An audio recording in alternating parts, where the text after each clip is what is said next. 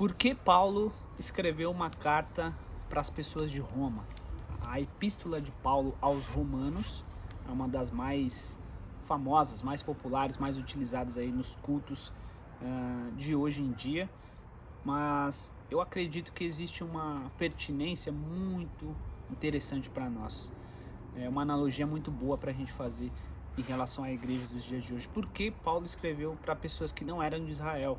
Esse era o chamado dele, né? Ele foi enviado aos gentios. E eu queria estudar com vocês minúcia por minúcia aqui, passagem por passagem da carta de Paulo aos Romanos e tentar demonstrar, tentar alcançar o coração daquelas pessoas que ainda não fazem parte de Israel, as pessoas, os gentios, né?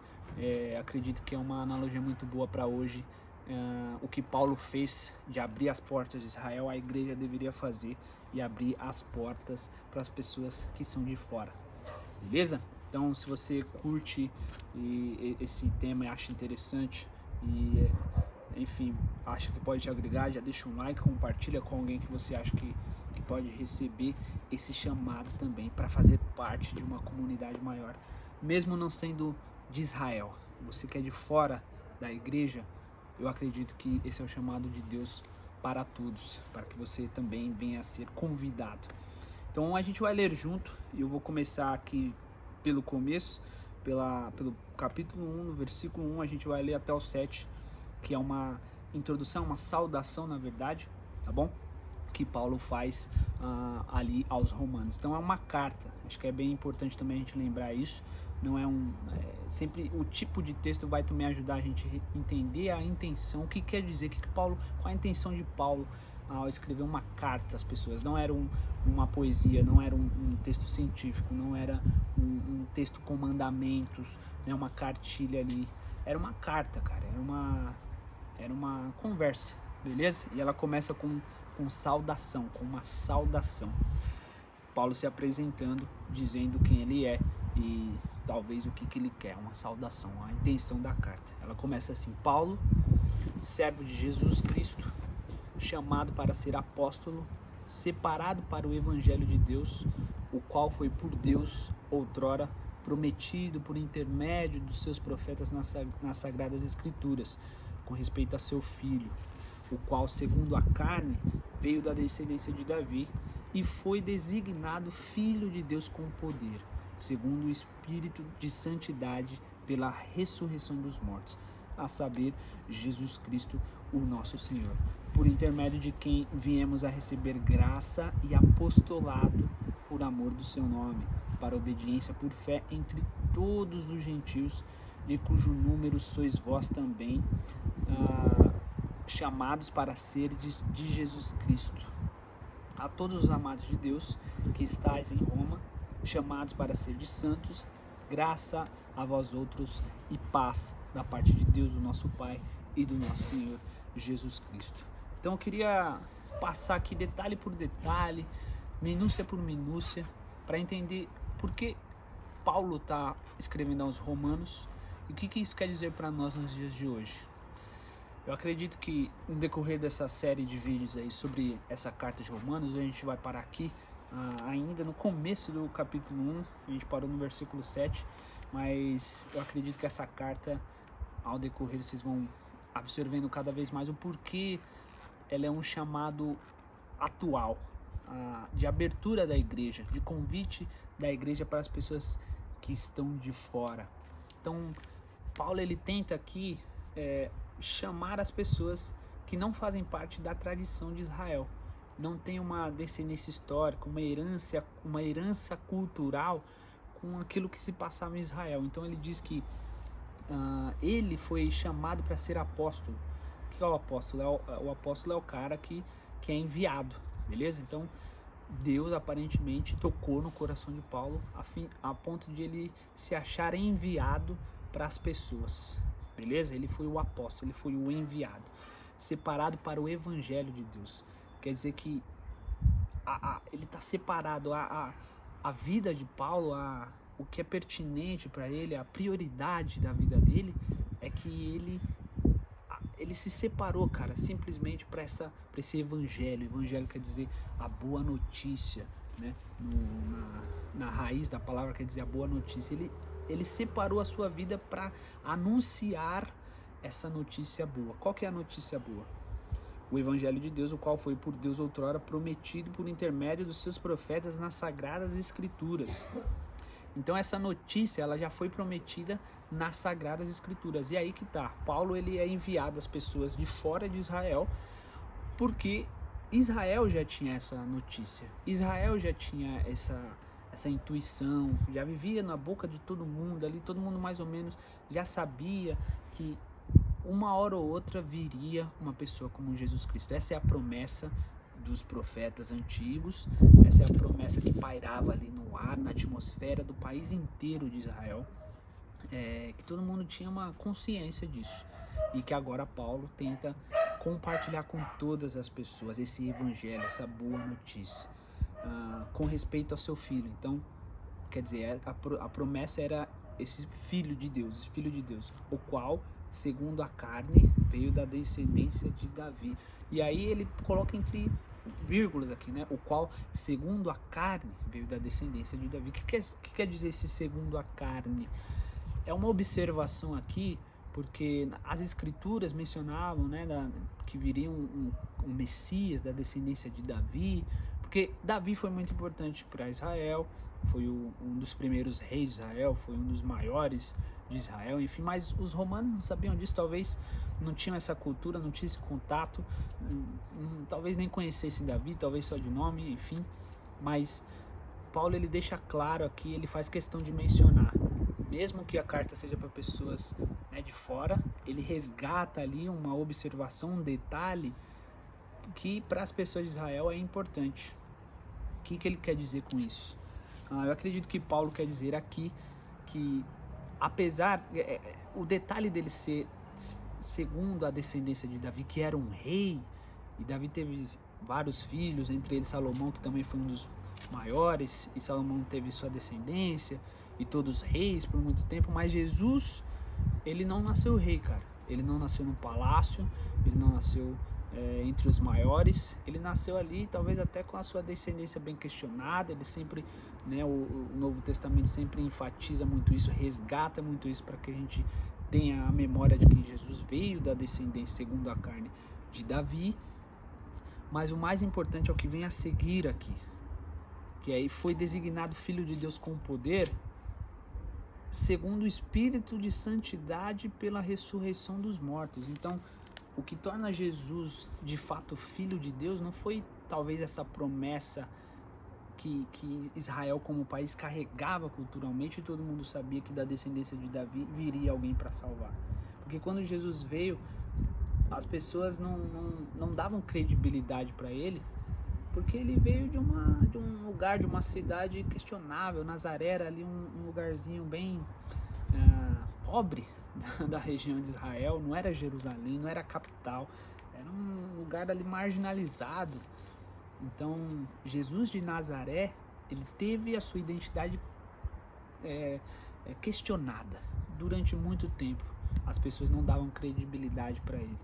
E Paulo resgata esse traço, esse detalhe de que ele veio segundo a descendência de Davi, mas que o mais importante, na verdade, é que o que torna ele Filho de Deus com poder é essa separação para a santidade, conforme a ressurreição dentre os mortos. Esse é o detalhe que faz com que Jesus realmente tenha sido caracterizado, legitimado o Filho de Deus. Porque, como eu disse para vocês, Davi teve muitos descendentes, cara. Muitos antes de Jesus foram descendentes de Davi, mas o Cristo se manifestou em Jesus, que depois de muito tempo da descendência de Davi, não era o cara lá em cima. E eu acho que é essa inversão de valores que é o mais pertinente para a gente observar. O mundo, ele espera pessoas grandes, ele idolatra pessoas grandes. Hello?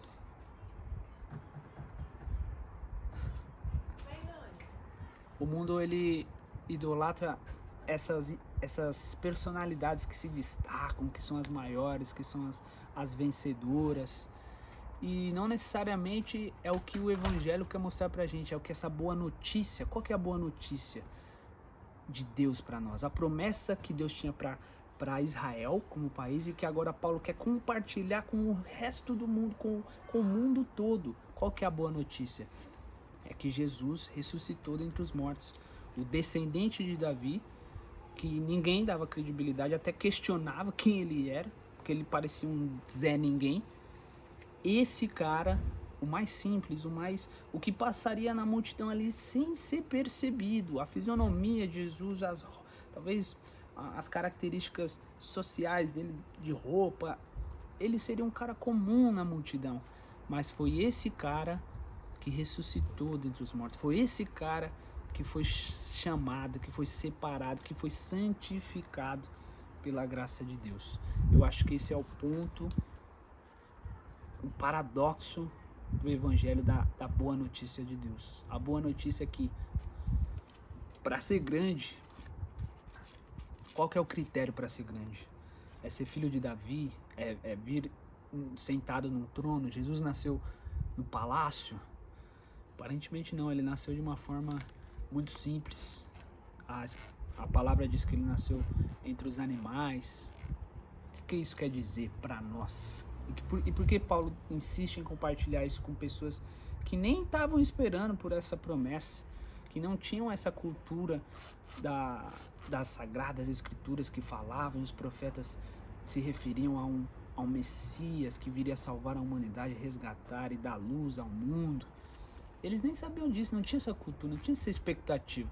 Mas Paulo faz questão de ir atrás deles, de todo mundo, de compartilhar essa boa notícia, cara, de que o Messias, o Cristo, o ungido, o santo, ele veio dessa forma, segundo a descendência de Davi, pela carne, mas com poder santificado, separado para Deus, segundo a ressurreição dos mortos. É o que ele diz aqui, cara.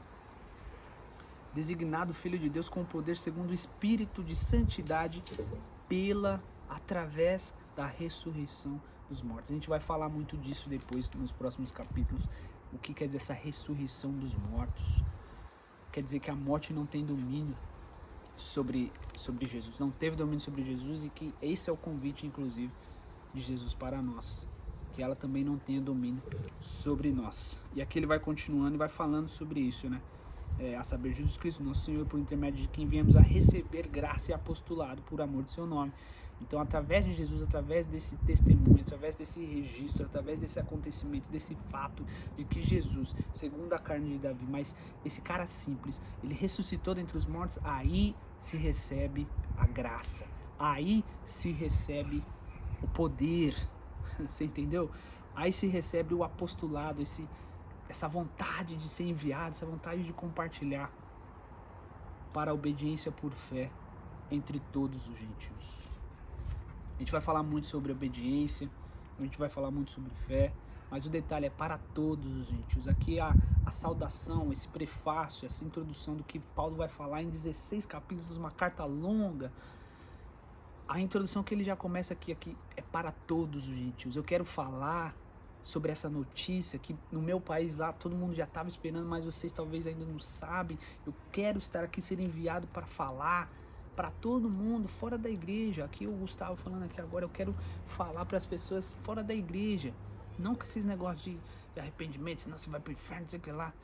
Não, cara, eu quero dar a notícia para você que se sente angustiado, você que se sente mal, você que tá com depressão, você que tá amargurado, rancoroso com alguém. Existe uma boa notícia para sua vida, cara. E eu estou aqui como apóstolo, como enviado de Deus, segundo o exemplo, segundo a boa notícia de Jesus, que me abraçou, entendeu? Que me sacudiu, que me agarrou, cara, de um jeito que eu não consigo mais ficar sem ser enviado. Eu quero ser enviado para falar dessa boa notícia, assim como Paulo fez aos romanos. Existe essa esperança em Jesus, cara. Existe essa esperança em Jesus. A esperança de que a morte não mais prevalece, de que a tristeza não mais prevalece, de que o orgulho não mais prevalece, de que a ferida emocional, os traumas psicológicos não mais prevalecem, cara. Esse é o chamado de Jesus, essa é a boa notícia. E eu tô falando de Jesus porque não era um cara monstruoso, tá ligado? Esses coaches, esses esportistas que são, aos olhos dos homens, da sociedade, são louváveis. É óbvio que são, os caras são super-humanos, né? Acorda todo dia, tem um corpo incrível, disciplinado, e a gente fica lá ovacionando, fala, mano, esse cara é monstro, esse cara é fogo, pra não falar outra coisa. Mas o chamado de Deus é outro, é o inverso. A lógica é completamente diferente da do mundo, da sociedade. Quem é ovacionado pela sociedade, quem é rei, quem nasce no trono, quem é popstar, Jesus é o cara que foi chamado Filho de Deus porque ele poderia até ser segundo a carne, filho de Davi, mas ele nasceu normal, sem credibilidade alguma, e mesmo assim ressuscitou dentre os mortos. Quem é esse cara? Eu quero saber cada vez mais e quero compartilhar cada vez mais sobre quem é esse cara. A simplicidade de Jesus, cara. A simplicidade de Jesus, como isso muda o jeito como eu olho pra mim, o jeito como eu olho pro próximo, como muda a minha vida, como pode mudar a sua. Chamado, e aí ele faz esse convite, né? Entre todos os gentios, então eu quero espalhar isso para todos os gentios, de cujo o número sois também vós chamados para ser de Jesus Cristo. Esse é o convite que Jesus faz para todos. E por que enviar isso aos romanos? E por que Paulo se sentiu o apóstolo, esse desejo de compartilhar essa notícia de que foi feita a promessa lá atrás, se concretizou no país dele? Por que ele não permaneceu ali? Por que ele acha que Jesus queria que ele chamasse essas pessoas? Porque hoje existe uma ideia de que a igreja precisa compartilhar o evangelho. E aí eu já vou fazer uma distinção, e vocês vão ver a decorrer dos vídeos, que pelo menos eu estou aqui não com aquele negócio de, sabe, aquela coisa que infelizmente a gente sabe que acontece, que existe, que são pessoas mal intencionadas ou bem intencionadas, a fim somente de adquirir nomes, adquirir membros. Não, cara. O chamado de Paulo, ele foi muito sincero. Eu tô falando de 2000 anos atrás, num país no meio do deserto, que era Israel. Não existia esse conceito ainda de igreja para ganhar dinheiro, ou negócio de dízimo era bem diferente, enfim, não existia esse produto, esse projeto de igreja. Ele estava ali sendo sincero, ele queria compartilhar com as pessoas de Roma o que ele sabia sobre Jesus. E ele faz esse convite: vocês também são chamados para serdes de Jesus Cristo. Vocês também são chamados para a semelhança de Jesus, esse cara simples, também não temer a morte, também não temer as tribulações, as coisas difíceis, os perrengues da vida, não só os perrengues da vida, mas as dores que a gente carrega. Vocês também são chamados, como Jesus, que era um cara simples, para ser super-humanos, não pela aparência, não porque vocês são fogo, mas porque vocês são simples, mas são filhos de Deus. A todos os amados de Deus que estáis em Roma, chamados para serem santos, graça a vós outros e paz da parte de Deus nosso Pai e do Senhor Jesus Cristo. É assim que ele termina o prefácio, a introdução, a saudação. Ele já se adianta e fala: a todos vocês que estão em Roma, que não tem nada a ver com Israel, que não souberam dessa notícia, não tinha essa expectativa, que não tinha esse contato, não tinha essa herança, não ouviu dizer, não tem, sabe, não faz parte das crenças de vocês. A todos vocês eu desejo paz e graça, e tudo que é bom, tudo que vocês recebem de graça, tudo, sabe, esse sentimento de gratidão, o ar, a comida, a roupa que a gente tem para vestir, enfim, o sentimento de gratidão plena mesmo. É isso que eu desejo a vocês, a paz e a graça. Então ele já se adianta e fala que isso não está restrito a pessoas de Israel. Ele quer compartilhar essa notícia e através dessa notícia ele quer instruir essas pessoas de fora de Israel, não para vir para Israel. Então eu, Gustavo, não desejo que esse vídeo instruir as pessoas de fora da igreja, não para fazer parte de uma igreja, para ir lá e se batizar, e escrever o nome, e dar dízimo, e fazer as coisas. Não, cara.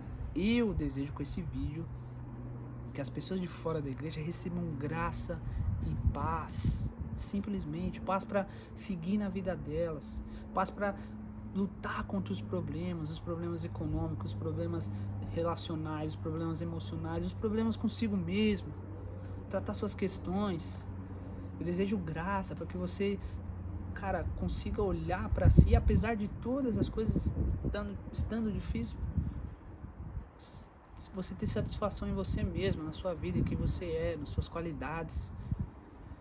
Entende? E as coisas difíceis a gente vai lutar, elas não vão deixar de existir. Os nossos próprios defeitos, as nossas próprias dores, os nossos problemas, as nossas dificuldades na vida social, na vida material, elas vão existir, a gente vai lutar com elas, mas principalmente sentir graça, sentir a leveza, sentir realmente a satisfação de estar vivo, de estar com Deus, de ser chamado filho de Deus, mesmo não estando em Israel, mesmo sendo de Roma, de fora de Israel, mesmo não tendo uma cultura familiar que falava de Jesus na sua casa quando você era bebê, você nunca ouviu disso, a sua família nunca teve a tradição religiosa, tá tudo bem, cara. Os caras de Roma foram chamados, você está sendo chamado hoje para sentir parte da família de Deus, ser também filho de Deus. Esse é o desejo de Paulo quando ele é enviado ali.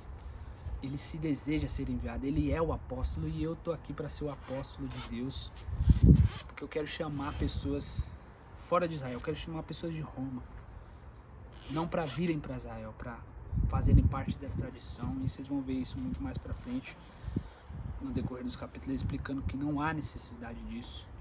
Mas eu quero falar para vocês de fora de Israel, vocês de fora da igreja, não precisam ser da igreja, cara. Vocês já são filhos de Deus. E o que eu desejo para vocês é essa paz da parte de Jesus, que era um cara simples, não era um super-herói, mas que a morte não foi capaz de contê-lo. E assim eu sinto em mim, a morte não é capaz de me conter. Não só a morte física, a morte de espírito, o espírito abatido, a morte de esperança, a morte de generosidade, a morte de compaixão. É esse o chamado de Jesus para você hoje, para você se tornar vivo eternamente, mesmo estando fora de Israel, mesmo sendo de Roma. Você já é um filho de Deus, tá bom? Então eu desejo isso para você, um bom dia, uma boa tarde, uma boa noite, que você medite nessas palavras, se sinta bem e principalmente se sinta abraçado por Deus, porque hoje você já é uma filha, um filho de Deus. Amém? Tamo junto.